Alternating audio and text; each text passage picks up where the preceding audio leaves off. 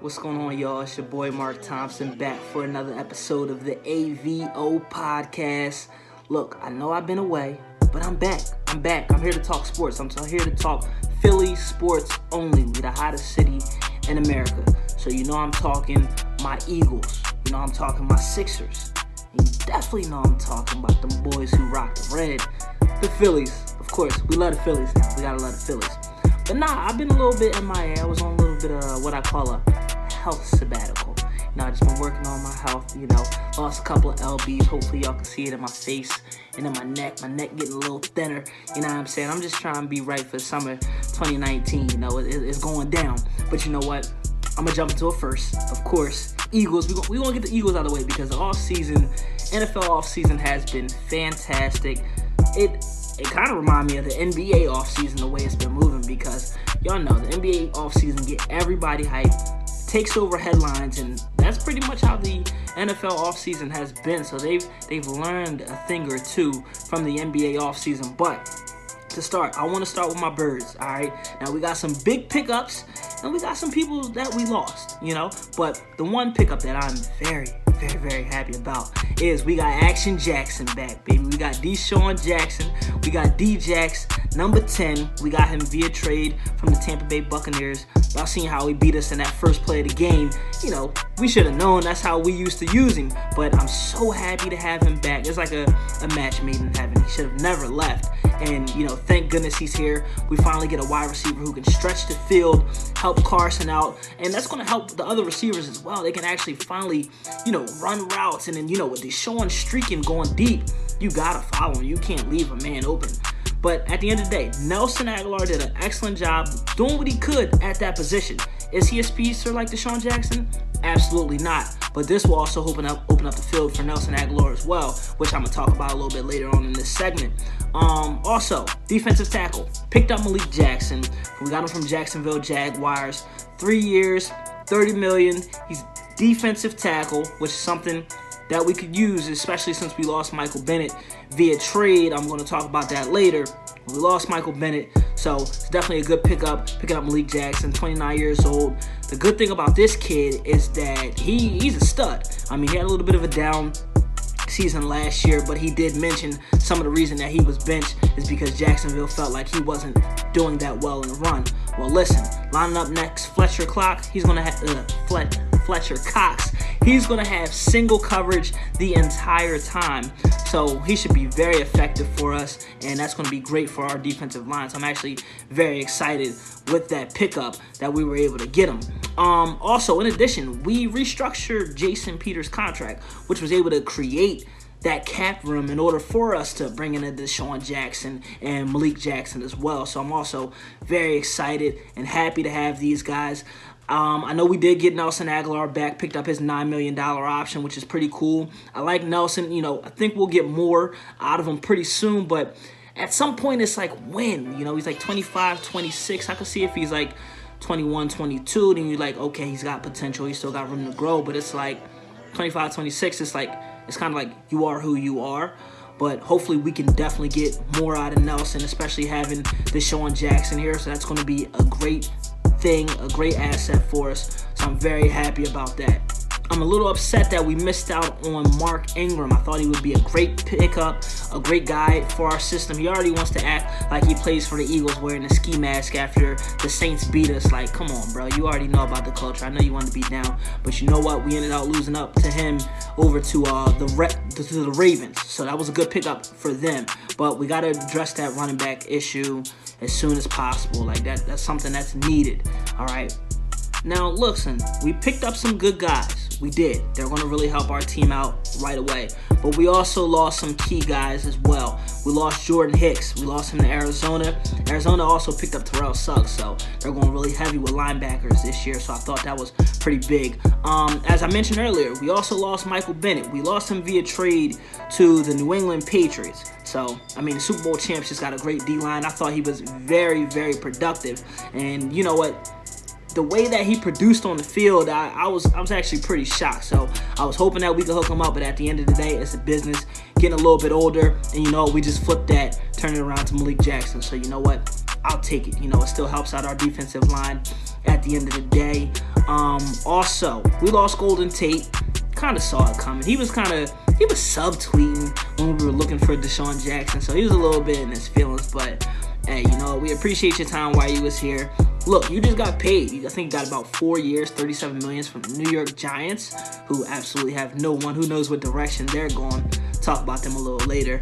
But the biggest loss, man, especially for the city of Philadelphia, we lost BDN, man. I think we did right by BDN. If you guys aren't familiar with BDN, that's Nick Foles. We did end up losing Nick Foles. He signed a deal with Jacksonville, 4 years, $88 million, 102 for the max. I'm happy that he was able to get paid out. Get that money, young fella. Do your thing. Very happy for him. I'm gonna miss Nick Foles. I mean, one of the reasons I like Nick Foles, I felt that he did a very good job, finding the open man, going through his progressions, finding the right receiver to throw the ball to, and getting it out fast. I hope Carson has learned a thing or two from Nick and can implement that this offseason, working with the new receiving core that he has and not rushing back. I mean, the last time we seen Carson Wentz with a full offseason, he was arguably the MVP before he got hurt. So we got that time from him again. But overall, thank you, Nick.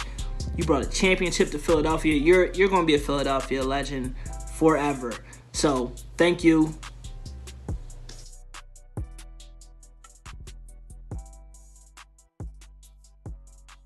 So look, I know I said I was talking all Philly sports and Philly sports only, but as I mentioned earlier, this NFL offseason has been just like the NBA offseason, full of excitement, just wondering where players want to go.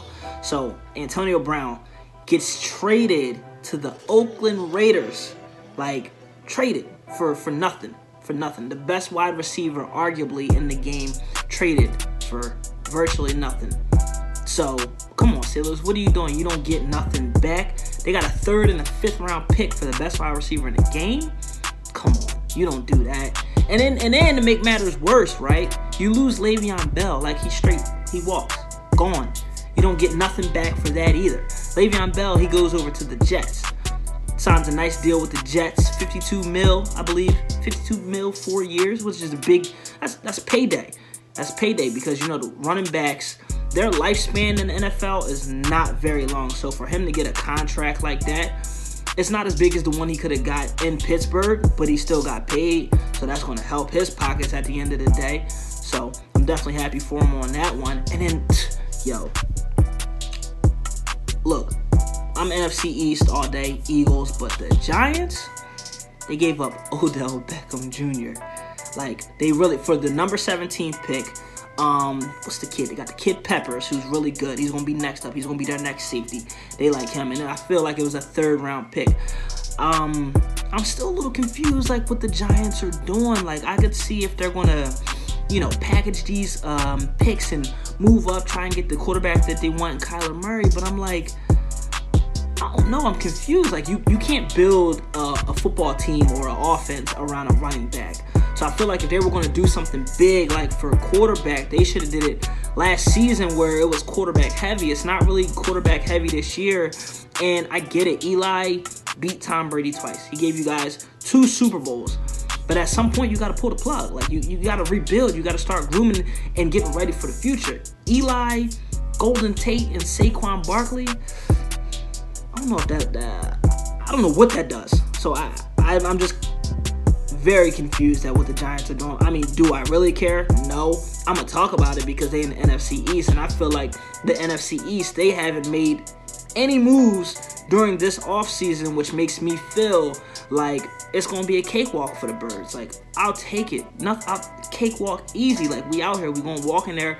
Our schedule's probably not going to be as difficult as it was last year because we're not coming off a Super Bowl again. So if we can get an okay schedule, a weak division, and a fully healthy Carson, why can't we go back to the Super Bowl and win? We have all the weapons, and we're not done. Howie's out here still willing and dealing. We still might get a running back that we need or is going to be very effective, or we might address it in the draft. We'll see. But overall, it's been a wild NFL offseason. Oh yeah, and then the Ravens. Like the Ravens, they picked up Earl Thomas, and as I mentioned, they picked up Mark Ingram. I think those are two good picks, especially with what Pittsburgh is doing. It's like I don't understand it. And then like Odell Beckham, of course, as I mentioned, he's going over to the Browns, which is major. They just kind of flipped the script. So the Browns could be a force in that division with Pittsburgh fallen. Cincinnati, they've been mediocre all my life. I've never seen like a good Cincinnati team. Like I know Ocho Cinco did his thing, Carson Palmer back in the day, but like they've just always been super mediocre and haven't done anything. So maybe this is the year the Browns can rise up with the Steelers falling, losing their best offensive weapons. And you know the Ravens, and then Cincinnati, So it could be the year for the Browns. And I already seen a lot of Giants fans. I'm not gonna call y'all out. Seen a lot of Giants fans saying they rocking with Cleveland. They going with the Browns. I mean, I guess that's all they had left was Odell, and now he's gone. So there's a new king of Cleveland. His name is Odell Beckham Jr.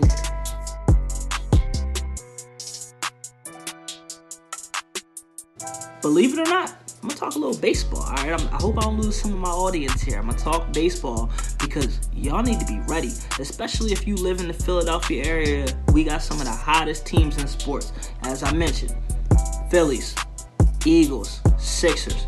Out of those three teams, we should see at least 3 to 4 championships within the next 10 years. I mean, we have a lot of talent. And speaking of talent, listen, the Phillies, they just signed Bryce Harper, which is probably one of the best players, if not arguably the best player in the NL, in baseball. Seriously, 13 years, $330 million. I mean, wow, that's a whole lot of money. We got a former MVP. We got a former Rookie of the Year, 6-time All-Star, last year's Home Run Derby winner. Come on, man. And he's outstanding. I'm just happy to have him playing in right field.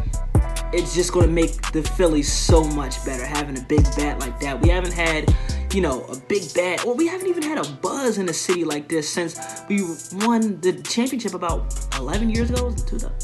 11 years ago. We haven't had a real buzz. Like, I know, me personally, like, I'll admit, I'm a fair weather Phillies fan. Like, I started picking up on them around 2005. Guys who were on that team, Mike Lieberthal, Pat Burrell, Jimmy Rollins, just to name a few, so I kind of caught them during that stretch, and then, the World Series time, and I kind of started falling off around maybe 2012, 2013, when they were just straight bad, like really bad, and, it's kind of hard for me to not rock with a Philly team, but after a while, I'm just like, they weren't really cutting it. So no, this is a big acquisition. I'm very happy that we're able to pick up Bryce Harper. We also picked up Andrew McCutchen. He played for 2 teams last year. He played for the Yankees and he played for the Giants, but you know what? It was a great pickup. I'm happy to have him. He can be our leadoff guy. I'm going to actually talk about the batting lineup because, oh man, we got to produce some runs. That's one thing that we have to do, especially since our pitching isn't that strong. There's still a couple of guys out there that we can get, but yeah, we're going to definitely need to produce some runs. So I'm very happy that we're able to pick up Andrew McCutchen. I mean, look, here's my thing. He's a little bit older. He's on the other side, but baseball, like, your window of opportunity lasts for so long, and especially with them trying to implement a DH in the NL. Yo, that's going to be major. I've always been saying that. Like, for example, a lot of people may not agree with this, but Big Papi, his career would not have lasted as long if he wasn't a DH. Like, that man couldn't do nothing at first base no more. So a DH actually extended his career. So imagine if you bring a DH over like that and you bring it in the NL. So when we have Bryce Harper at the end of his 13-year contract, maybe on year 11, 10, 11, where he's old and can't really do too much in the field, we can still get the power of his bat, especially in a hitter's ballpark like Citizens Bank Park. So I think them implementing that rule, bringing in the DH, for those of you who don't know what a DH is, that's a designated hitter. All they do is hit. That's it. They don't play in the field, nothing. They just hit, swing it out the park. That's what a DH does. So just to talk a little bit about Bryce Harper, what he brings you. He brings you 34 home runs. That's what he got last year. Had over 100 RBIs. But the one number that kind of stuck out to me is he had over 150 strikeouts. Like, I see you swinging for the fence, bro, but whew, that's a really high number. Also, we picked up JT Realmuto. I'm probably saying his name so bad, so bear with me. Probably saying it's so terrible, but we got him. He's a catcher. We got him via trade. Miami gave you 21 home runs, 74 RBIs. For those of you who don't know what RBIs are, it's runs batted in. Y'all gonna learn baseball with me if you don't know it, because we're gonna be at Citizens Bank Park all year, all summer. Sunday we're gonna be down there. Look, we're gonna go down there. We're gonna do a little tailgate, right? We're going to tailgate if we can't get in, because, it's probably going to be packed because Bryce Harper. Look, then we just swing across the street. All right, we're going to hit up Xfinity Live, and we're going to have a good time. Like, look, y'all going to learn baseball. We're going to have a good time. It's going to be out there. Tailgate, little cornhole action, you know what I'm saying? It's going to be a good time. I'm very happy about that. So, look, all right, first things first. Things I want to mention, as I said earlier, I want the Phillies to produce runs. That's what we need, because our pitching isn't strong. Like, we got Aaron Nola, did excellent last year, 17 wins, arguably one of the best pitchers in the National League. So I'm very happy that he plays for our team, which is major. 17 wins, 6 losses, 224 strikeouts. I like that. So it sounds like he be dealing. And then also 2.37 ERA. For those of you who don't know what ERA is, that is earned run average. Learn, take notes. We're going to get it. We're going to learn together. All right, and then I want to talk about the leadoff lineup for the Phillies. I feel like this is going to be the best lineup to help and hope that we can produce runs, especially in the hitter's ballpark. And the past 15 years since Citizens Bank Park has been open, home runs are up 18%. So, like I said, got to be able to hit here in Philly. So, I want to lead off with Andrew McCutchen. All right, then we're going second man up, Gene Segura. Third man, Bryce Harper, of course. Clean up. I like Rhys Hoskins. He's been great for us last season. Hopefully he continue that, especially having Bryce Harper in front of him. And then right behind him, JT Realmuto. All right, so I think that's going to be a great starting lineup to produce runs for us. So let's go Phillies. Yeah, I mean, I'm bleeding that red again. I'm getting that Harper jersey. I'm gonna be ready.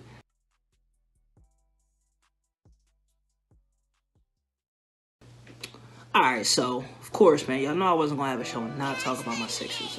A lot of things have happened with the Sixers since since my last show. So we've made some big moves. We got some big players. I'm very happy about that. But there are still some things that concern me, per usual. As of right now, the Sixers have about 14 games left. All right, 9 of them are on the road, 5 of them are at home. All right, at home, 27-9, one of the best in the league. They get business. They take care of business at home.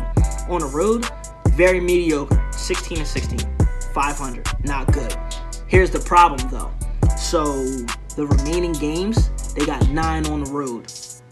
I don't like that. And then 5 at home. But here's the thing with the Sixers. 9 of those games that are on the road, they're like non-playoff teams. Like, we got games against Atlanta, Dallas, Chicago, Minnesota. Those are non-playoff teams, but they're dangerous because they got nothing to lose. So, which makes me go over and it talks about some of my concerns, which is Brett Brown. I'm annoyed with Brett Brown. It's frustrating. I get it. This might be the first year the Sixers have had back-to-back 50-plus win seasons that I've ever remembered. I'll take it. But with the talent here, they should definitely get that. But the thing that concerns me is that I just feel like Brett Brown, he just doesn't adjust. He just continues to run those sets. The dribble handoffs, I'm over it. Actually run a play. It's frustrating. And then one thing I noticed, my homie pointed this out. If J.J. Redick dribbles the ball more than 2 times, it's a turnover. I promise you, watch it. It's been happening. It's disgusting. He's got to take one shoot. Stop. Don't do it twice. Don't do it. And then another thing, speaking about J.J., I like J.J. He's great. Great for the locker room. Awesome shooter. But he's featured way too much in the offense. Way too much. I mean, when you got Joel Embiid, Ben Simmons, Tobias Harris, and Jimmy Butler, there should be no night when JJ ever gets more shots than any of them. If he's got it going, I get it. But if you're going to force it, no. You're not going to force that. If we're going to force it to somebody, we're going to force it to one of our 4 All-Stars. That's what we're going to do. And then speaking of that, his rotations, man, Brett your rotations, bro, we got to get them together. There should never be a moment where any of your all-stars are off the floor. Not one moment. There should not happen. Like, the one thing I like and that I think could work is like, so if you're going to take guys out, of course you're going to take guys out. But if you pair up Ben and Tobias, that's a good pair up. You pair them up, they can do a lot of things on the floor. You pair up JoJo and Jimmy, then you got a little pick and roll action. You got a little ISO. You got a little dump down. On either way, you're not going to lose a lot of offensive production as long as you keep some of those guys on the floor. So Brett Brown, he really needs to discover his lineups that works best for this team because, man, when it comes down to it, teams know how to expose us, especially Boston. Like, we can lose the Mr. Softy, man. Look, especially Boston. So what happens is the Sixers, they switch on defense every time. Hence why we lost that game to Chicago. Mike Scott didn't know he was supposed to be guarding Zach LaVine. Ended up fouling the center. Zach LaVine gets a wide open layup. We lose to the Bulls. Why are we losing to the Bulls? That's unacceptable. You know why we lost to the Bulls? Because we always switching on defense. We don't need to be switching on defense. I don't know why we switch on defense every time, because teams want to act and grind like they're playing against Golden State, but they're not playing against Golden State. They're not playing against knockdown shooters who are going to get ready to shoot from half court. So I don't understand why they're switching on every single play. But I digress. But it needs to stop at the end of the day because it just doesn't work. So what happens is a team like Boston, since they know the Sixers are going to switch every single time, they're going to isolate J.J. Redick or T.J. McConnell. So since those guys, Brett, those are his guys. He loves them being on the court. They just attack him. Maybe if we just stop switching and play straight up defense, get around your screen, call out screen, speak, like maybe it'll make a difference.